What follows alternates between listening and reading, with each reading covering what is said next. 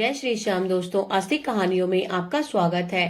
संपूर्ण भागवत संक्षिप्त में 10वां स्कंद, जिसमें आज श्रवण करेंगे हम जरासंध वध अध्याय।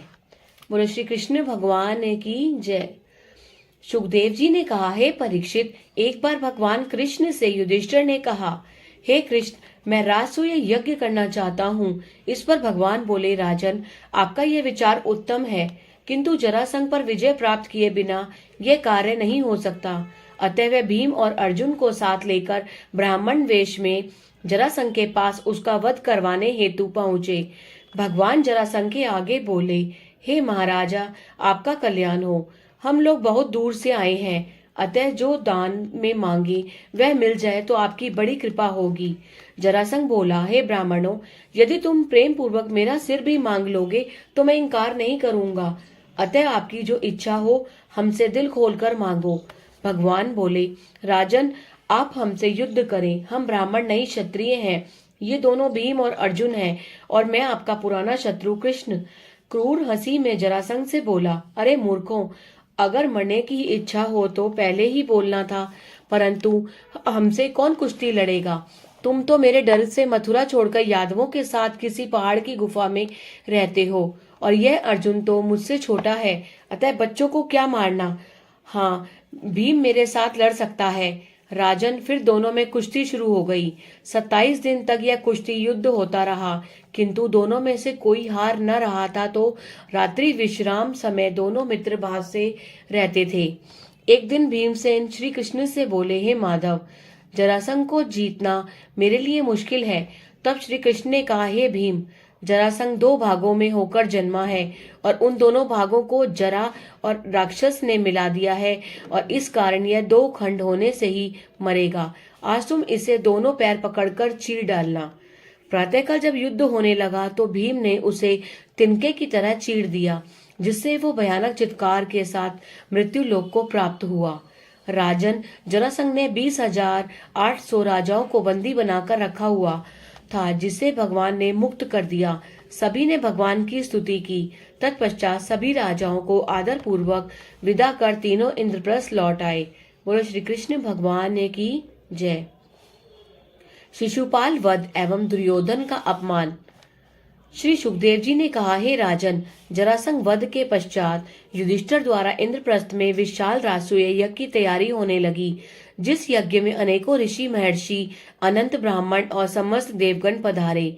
उन महापुरुषों ने विधि विधान से यज्ञ प्रारंभ किया। तत्पश्चात यज्ञ में सर्वप्रथम किसकी पूजा हो, इस प्रश्न पर विचार विमर्श होने लगा। तभी जरासंध के पुत्र सहदेव ने कहा, हे राजाओं, सर्वप्रथम भगवान कृष्ण पूजनीय योग्य हैं, क्योंकि यही देव सर्वदेवों के शक्ति है, जिन्हें परम ब्रह्म कहा जाता है। सहदेव की बातों का समस्त लोगों ने अनुमोदन किया, किंतु शिशुपाल ईर्ष्या से जल उठा और कहने लगा, हे सभासदों, यह कृष्ण पूजने योग्य कदापि नहीं है। यहाँ पर तपस्वी, विद्वान, विद्यावान, व्रतधारी अनेकों लोकपाल विराजमान हैं, फिर इस ग्वाले की पूजा क्यों। हे राजन, इस प्रकार अनेकों अपमानजनक शब्द शिशुपाल भगवान को कहने लगा। तब भगवान क्रोधित होकर उसका सिर सुदर्शन से काट डाला और यज्ञ पूर्ण होने पर श्री कृष्ण द्वारिका को लौट आए। हे राजन, यज्ञ की समाप्ति पर दुर्योधन मन ही मन कुछ ईर्ष्या कर रहा था। राजमहल के गोपुर में उसने जल को थल समझ और थल को जल समझ कपड़े उठाकर चलने लगा तथा जल कुंड को थल समझकर उसमें गिर पड़ा। इसे देखकर द्रौपदी बोली कि अंधे का पुत्र अंधा ही होता है। यह सुनकर दुर्योधन उसी वक्त हस्तिनापुर चला गया और पांडवों से बदला लेने का षड्यंत्र रचने लगा। बोलो श्री कृष्ण भगवान की जय। शाल्व उद्धार।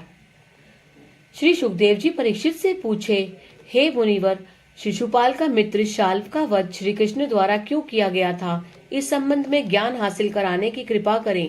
मुनि बोले, शिशुपाल का मित्र शाल्व भी रुक्मणी के विवाह में आया था। वह भी यादवों से बुरी तरह अपमानित हुआ था। इस अपमान का बदला लेने हेतु उसने भगवान शंकर की अटूट तपस्या की। जब भोलेनाथ प्रसन्न हुए तो उसने वर मांगा कि हे रुद्र, मुझे ऐसा विमान दे जिसको कोई देव असुर नहीं तोड़ सके। तब तथास्तु कहते हुए शिव जी ने सौत्र नामक विमान बनाकर शाल्व को दे दिया। उस पर सवार हो असंख्य योद्धाओं के साथ शाल्व ने जाकर द्वारिका को घेर लिया और संहार शुरू कर दिया। उसने प्रद्युम्न को भी घायल कर दिया। तभी भगवान श्री कृष्ण इंद्रप्रस्थ से द्वारिका वापस आ गए। आते ही उन्होंने शाल्व के रथ के आकाश में ही टुकड़े टुकड़े कर दिए और जैसे ही वह दुष्ट धरती पर गिरा वैसे ही श्री कृष्ण ने उनका मस्तक सुदर्शन चक्र से काट डाला। यह देख देवताओं ने भगवान के ऊपर आकाश से पुष्प वर्षा की। बोलो श्री कृष्ण भगवान ने की जय। बलदेव जी द्वारा महर्षि सूत जी का वध। श्री सुखदेव जी ने कहा, हे परीक्षित, बलराम जी नहीं चाहते थे कि कौरवों और पांडवों में युद्ध हो। इसी कारण उन्होंने किसी के पक्ष में भी रहना स्वीकार नहीं किया और वे द्वारिका से तीर्थाटन को चल पड़े। अनेकों तीर्थों में स्नान पूजन करते हुए नैमिषारण्य पहुंचे, जहां पर ऋषि लोग यज्ञ कर रहे थे। जैसे ही बलराम जी वहां पहुंचे कि समस्त मुनिगण उनके स्वागत में खड़े होकर स्तुति करने लगे, किंतु सूत जी उस समय इसलिए नहीं खड़े हुए क्योंकि भगवान बलराम जी मदिरा पान किए हुए थे। सूत जी द्वारा अपना अपमान देख बलदेव जी ने सहन न हुआ और क्षण में ही उन्होंने एक कुशा के अग्रभाग से सूत जी का सिर काट डाला।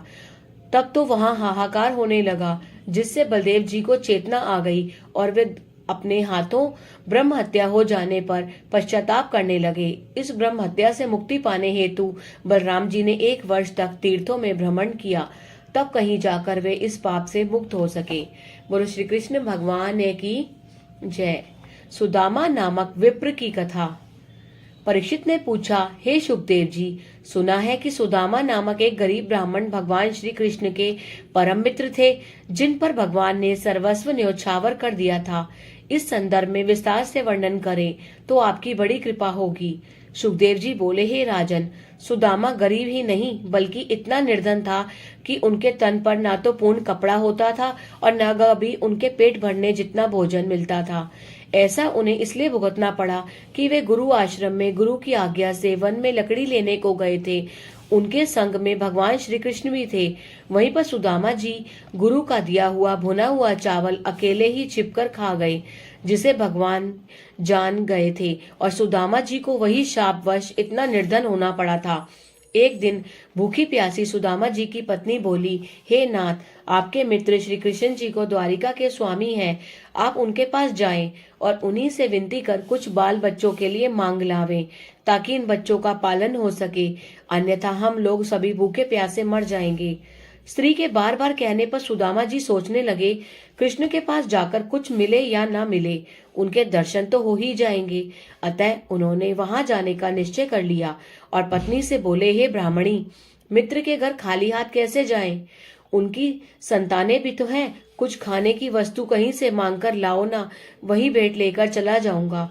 तब ब्राह्मणी ने पड़ोसी के घर से 4 मुट्ठी चावल मांगकर एक चीथड़े में बांधकर स्वामी को दे दिए। सुदामा जी उस पवित्र भेंट को लेकर द्वारिका के राजमहल में पहुंचे। सुदामा जी को देखते ही भगवान उनके पास दौड़ पड़े और जाते ही दोनों भुजा पसारकर हृदय से लगा लिया। तत्पश्चात रत्न सिंहासन पर बैठाकर उनके चरण धोए और उन्होंने चरणामृत का पान किया और विधि पूर्वक पुष्पादि से उनका चरण पूजन किया। पूजन समाप्ति के बाद भगवान ने सुदामा जी से कहा, मित्र, भाभी जी ने मेरे लिए क्या भेंट भेजी है, हमें जल्दी दीजिए ना। यह सुनते ही सुदामा जी लज्जा से सक पकाने लगे। तभी भगवान ने सुदामा की कोख में छिपी हुई चावल की पोटली निकालते हुए कहा, मित्र, यह तो बड़ी अनोखी भेंट लाए हो। ये चावल मुझे तो क्या सारे विश्व को तृप्त कर देंगे। यह कहते हुए उन्होंने 2 मुट्ठी चावल मुंह में डाल दिए और तीसरी मुट्ठी डालना ही चाहते थे कि रुक्मणी जी ने हाथ पकड़ते हुए बोला, बस इतना ही बहुत है, आपका इतना ही संतुष्ट होना सभी संपत्तियां दे देता है। हे राजन, 2-4 दिन सुदामा जी अपने मित्र के घर ही रहे। फिर एक दिन श्री कृष्ण से आज्ञा लेकर अपने घर को चल पड़े। वे श्री कृष्ण से लज्जावश बच्चों के लिए कुछ न मांग सके। जब वे अपने घर पहुंचे तो उनकी समझ में नहीं आ रहा था कि वे कहां पहुंच गए हैं। उन्होंने देखा कि वहां पर उनकी कुटिया नहीं है, बल्कि उस जगह पर स्वर्ग के समान इंद्र महल बना हुआ है और उनके चारों ओर कांति वाले विमान शोभायमान हैं। विचित्र बाग बगीचों में पक्षियों के झुंड सुहावनी बेलियां बोल रहे हैं। उनको देखकर सुदामा विस्मित हो विचार करने लगा, ये क्या माया है? यहाँ तो हमारी कुटिया थी, फिर यह सब कैसे हो गया? इस प्रकार सुदामा विचार कर ही रहे थे कि ब्राह्मणी सजी धजी सुंदर नारियों के साथ वहां आ पहुंची और एक रात में ही सब हो जाने की अचंभित बातें बताई। तब सुदामा जी समझ गए कि यह सब श्री कृष्ण की कृपा है। उन्होंने खुश होकर सभी के साथ राजमहल में प्रवेश किया। इसके बाद बच्चों के ऐश्वर्य देखकर स्वयं सुदामा जी भी भगवान की भक्ति में लीन रहने लगे। अंत समय जब आया तो प्रसन्नचित तो बैकुंठ धाम को चले गए और श्री कृष्ण में जाकर प्रवेश कर गए। बोलो श्री कृष्ण भगवान की जय। भगवान कृष्ण से गोप गोपिका का मिलन। श्री परीक्षित जी ने पूछा, हे मुनीश्वर, क्या भगवान ने पुनः गोकुल जाकर गोप गोपिकाओं को दर्शन दिए? इस संबंध में विस्तार से सुनाइए। सुखदेव जी कहने लगे, हे राजन, एक बार पूर्ण सूर्य ग्रहण लगा। उस समस्त समय यदुवंशी अक्रूर और वसुदेव जी को छोड़कर कुरुक्षेत्र तीर्थ स्नान करने गए। उन लोगों ने कुरुक्षेत्र पहुंचकर स्नान पूजन के निवृत्त हो दान आदि किया। तत्पश्चात वे लोग वृक्षों की छाया में विश्राम करने लगे। हे राजन, वहां पर नंद आदि गोप गोपियां भी कृष्ण के दर्शन के लिए आई थी। कृष्ण से मिलने के बाद कुंती वसुदेव से बोली, भैया, तुम्हारी इच्छा पूर्ण हो और कल्याण हो। बहुत दिनों से तुमने मेरी सुध नहीं ली। वसुदेव जी बोले, बहन, सब ईश्वर की इच्छा है। हम कंस के डर से इधर उधर भाग रहे थे, किंतु ईश्वर ने हमें पुनः सबसे मिला दिया। फिर नंद जी यशोदा जी के साथ भगवान कृष्ण से मिले। वे दोनों कृष्ण और बलराम को दोनों भुजाओं में समेटकर आंसू बहाने लगे। तब दोनों भाई भाव विफल हो यशोदा और नंद के पांव दबाकर सेवा करने लगे। हे परीक्षित, तदंतर गोपियां अपने परम प्यारे श्री कृष्ण से मिली। प्रेम भरी गोपियों के समीप उनसे एकांत में मिल आलिंगन कर कुशल पूछते हुए श्री कृष्ण जी बोले, हे सखियों, भक्तों के कार्य साधने हम गए थे और वहां शत्रुओं का नाश करने में लग गए, जिससे बहुत समय व्यतीत हो गया। अतः हम पर क्रोध तो नहीं कर रही हो। हे गोपियों, जो प्राणी मेरी भक्ति करता है वह जन्म मरण से छूट जाता है। मुझसे तुम्हारा स्नेह भी बहुत अधिक है, अतः तुम लोग भी मुझे ही प्राप्त होंगी। इस प्रकार जब श्री कृष्ण ने अनेकों ज्ञानमय शब्द कहे तो गोपियां बोली, हे देवी, यद्यपि हम घर में रहें तो भी हमारे मन में आप ही इस प्रकार सदा ही बने रहें, यही वर मांगते हैं। तत्पश्चात गोपियां ज्ञानमय होकर काम प्रिय की इच्छा छोड़ भक्ति प्रेम में लग गई। 2 रात वहां विश्राम करने के बाद सभी अपने अपने घरों को चले गए। बोलो श्री कृष्ण भगवान की जय। बलराम और कृष्ण द्वारा देवकी को मृत पुत्रों से मिलाना। सुखदेव जी बोले, हे परीक्षित, एक दिन बलराम और कृष्ण नित्य की तरह प्रातःकाल माता पिता को प्रणाम करने गए। वहां पर देवकी ने उनसे कहा, हे पुत्र, आपको सूतिका ग्रह में पूर्व जन्म का वृतांत कहा था कि मैं युग युग में धर्म रक्षा करने को अवतार ग्रहण करता हूँ। अतः आप तो सर्वव्यापक ईश्वर हैं। हे परमात्मा, कौन नहीं जानता कि आपने गुरु दक्षिणा के रूप में गुरु संदीपन मुनि के मृत पुत्रों को फिर से वापस ला दिया था। अतः हे पुत्र, मुझे भी मेरे 6 मृत्यु प्राप्त पुत्रों से मिला दो, तो आपकी हमारे ऊपर बहुत बड़ी कृपा होगी। माता के कहने पर बलराम श्री कृष्ण तुरंत ही सूतल लोक में गए, जहां पर बलि ने उनका अत्यंत स्वागत किया। तत्पश्चात श्री कृष्ण बोले, हे बलि, मैं वसुदेव जी के उन पुत्रों को यहाँ लेने आया हूँ जो कंस के हाथों मारे गए थे। उन्हें उनकी माता देवकी जी से मिलाकर पुनः वापस कर दूंगा।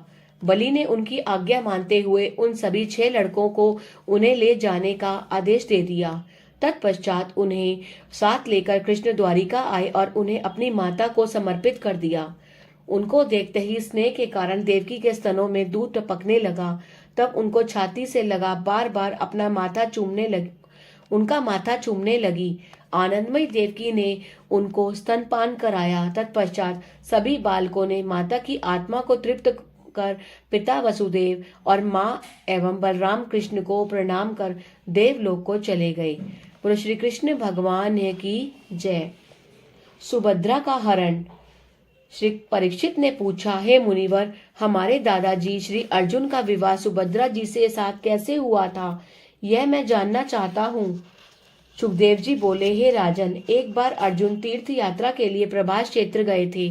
वहां उन्हें मालूम हुआ कि बलदेव जी सुभद्रा का विवाह उनसे नहीं कराना चाहते हैं, परंतु वसुदेव और श्री कृष्ण यही चाहते हैं कि सुभद्रा का विवाह अर्जुन के साथ ही हो। अतः सुभद्रा को प्राप्त करने की इच्छा से अर्जुन सन्यासी के वेश में द्वारिका आए। वे 4 मास तक किसी बाग में महात्मा के वेश में रहे। एक दिन बलदेव जी उन्हें सन्यासी समझकर भोजन कराने अपने महल ले गए, जहां सुभद्रा को देखकर वे अत्यंत मोहित हो गए और सुभद्रा भी उन्हें हृदय से पति के रूप में पाना चाहती थी। बस उसी शाम को सुभद्रा मंदिर में आरती करने को निकली। तभी अर्जुन ने देवकी और कृष्ण की संपत्ति से और सम्मति से सुभद्रा का हरण कर लिया। इससे बलदेव बड़े क्रोधित हुए। तब कृष्ण ने उन्हें शांत किया। वसुदेव जी ने बाद में अनेकों प्रकार की वस्तुएं अर्जुन के साथ दहेज में भेज दी और उनका विवाह भी कर दिया। बोलो श्री कृष्ण भगवान की जय। ओम नमो भगवते वासुदेवाय। अगर आपको ये अध्याय अच्छे लगे सुन। वृकासुर को शिवजी का वरदान। परीक्षित ने पूछा, हे सुखदेव जी, शिवजी के भक्त धनवान होते हैं किंतु विष्णु भक्त निर्धन, ऐसा क्यों? सुखदेव जी बोले, राजन, एक बार यही प्रश्न नारद जी से वृकासुर ने पूछा था तो नारद जी बोले, हे वृकासुर, तीनों महादेवताओं में भगवान शिव की आराधना सबसे फलदायक है, क्योंकि ये तुरंत ही प्रसन्न हो जाते हैं। ये न रीझते हैं और न खींचते हैं। हे महाराज, इतनी बातें कहकर नारद जी तो चले गए, किंतु वृकासुर वहीं पर शिवजी को प्रसन्न करने तप करने को बैठ गया। 7 दिन तक अपने शरीर पर मांस काट काट कर हवन कुंड में डालता गया। 8वें दिन जब सिर काटने का मन बनाया तब शिव प्रसन्न हो गए और यज्ञ कुंड से प्रकट होकर उन्होंने दैत्य का हाथ पकड़ लिया और कहा, हे अद्भुत भक्त, मैं तुझसे बहुत प्रसन्न हूँ, अतः जो इच्छा हो वही वर मांगो। वृकासुर हाथ जोड़कर बोला, हे भोलेनाथ, मुझे ऐसा वर दो कि मैं जिसके सिर पर हाथ रखूं वह भस्म हो जाए। शिवजी ने कहा, तथास्तु। वर पाते ही वृकासुर ने पार्वती को प्राप्त करने की इच्छा से भगवान शिव को ही भस्म कर देना चाहा और हथेली पसारकर शिव की ओर दौड़ा। तब भोलेनाथ सब कुछ समझ गए और प्राण बचाने वहां से भयभीत होकर भाग पड़े। वृकासुर उनके पीछे पीछे दौड़ा जा रहा था। शिवजी को दुखी देख विष्णु मोहिनी का रूप धरकर उससे बोले, हे असुरराज, तुम शिवजी के पीछे क्यों भाग रहे हो? तब वृकासुर ने सब भेद कह सुनाया। मोहिनी हंसकर बोली, हे दैत्यराज, आपने किनकी बातों पर विश्वास कर लिया? शिवजी की भक्ति से किसी को मनोकामना पूरी नहीं होती है। वे तो दक्ष के शाप से पिशाच बन गए हैं। यदि मेरी बातों का तुम्हें विश्वास न हो तो अपने सिर पर ही हाथ रखकर देख लो। मोहिनी की बातें सुनते ही अज्ञानी वृकासुर ने अपने सिर पर ही हाथ रख लिया और जलकर भस्म हो गया। तब भगवान शिव को शांति मिली। महाराज, भगवान विष्णु इसी तरह जल्दी में खुश नहीं हुए होते तो वे भक्तों की कठिन परीक्षा लेते हैं। सर्वप्रथम तो वे अपने भक्त को दरिद्र बना देते हैं, जिसके फलस्वरूप उसके सभी सगे संबंधी एवं रिश्तेदार उसे त्याग देते हैं। जब उसे सहारा नहीं मिलता तो वे लाचार होकर सर्वस्व मन भगवान में लीन कर लेते हैं। जब भगवान विष्णु को भक्तों द्वारा अखंड भक्ति मिलती है तब वे प्रसन्न हो भक्तों को धन धान्य पुत्र पौत्र आदि की वृद्धि में दे मोक्ष प्रदान करते हैं। बोलो श्री कृष्ण भगवान की जय। भृगु द्वारा ब्रह्मा विष्णु और महेश की परीक्षा। सुखदेव जी ने कहा, हे परीक्षित, एक बार सरस्वती नदी के तट पर महर्षियों का समागम हुआ। वहां पर इस बात पर विवाद होने लगा कि त्रिदेवों में सबसे बड़ा कौन है। अंत में निर्णय हुआ कि महर्षि भृगु जी को तीनों देवों के परीक्षा हेतु भेजा जाए, तभी फैसला होगा। आदेश पाते ही भृगु जी सर्वप्रथम ब्रह्मा जी के पास गए, किंतु उनके समक्ष परीक्षा लेने के ख्याल से ना तो उन्होंने स्तुति की ना ही नमस्कार। यह देख ब्रह्मा जी बहुत क्रोधित हुए, किंतु पुत्र जान उन्हें माफ कर दिया। तब भृगु जी शिवजी के पास आ गए। उन्हें देखते ही भोलेनाथ गले लगाने को उद्यत हो गए। तभी भृगु जी शिवजी को फटकारने लगे। उन्होंने कहा कि हे शिव, तुम मेरे गले लगने काबिल क्यों नहीं हो, क्योंकि तुम कुमार्गगामी हो। यह सुनते ही महादेव जी को क्रोध आ गया और त्रिशूल उठाकर भृगु जी को मारने को उद्यत हुए। तभी पार्वती जी उनके चरण पर गिरकर कहने लगी, न हे नाथ, ये आपके भाई हैं, अतः इनसे अपराध हो को माफ कर दें। इस प्रकार गौरी ने शिव को शांत किया। तदनंतर भृगु जी वहां से चलकर बैकुंठ लोक में आए, जहां भगवान विष्णु उस समय लक्ष्मी जी की गोद में शयन कर रहे थे। भृगु जी भी ने जाते ही विष्णु के सीने पर एक लात देकर मारी। भगवान विष्णु लक्ष्मी सहित पलंग से उतर भृगु जी को प्रणाम कर बोले, हे ब्राह्मण, आसन पर विराजिए। हे तात, मेरे कठोर सीने से आपके कोमल चरण में कहीं चोट तो नहीं लगी? यह कहते हुए विष्णु भृगु का पांव दबाने लगे और पश्चाताप के आंसू बहाते हुए बोले, ब्राह्मण देवता, मुझसे बहुत बड़ा अपराध हुआ कि मैंने आपकी आगवानी नहीं की। इसका कारण यह था कि आपके आगमन का समाचार हमें मालूम ही नहीं था, अतः मुझसे अनजाने में समझकर माफ कर दीजिए। हे परीक्षित, नारायण की वाणी सुन भृगु ऋषि मग्न हो गए। उनकी भक्ति से नेत्रों से आंसू आ गए। तत्पश्चात वे ऋषियों की सभा में धरती पर पधारे तथा तीनों देवों की कथा सभी को कह सुनाई। ये सुनकर सभी ऋषि मुनि प्रसन्न हो गए और सभी ने विष्णु को ही सर्वोत्तम मान लिया। बोलो श्री कृष्ण भगवान की जय। भगवान श्री कृष्ण का वंश का वर्णन। सुखदेव जी ने कहा, हे परीक्षित, द्वारिकापुरी सभी ऐश्वर्यों से परिपूर्ण थी। महाभारत समाप्ति के बाद श्री कृष्ण बहुत दिनों तक अपनी सभी पत्नियों के साथ वहां विहार कर रहे थे।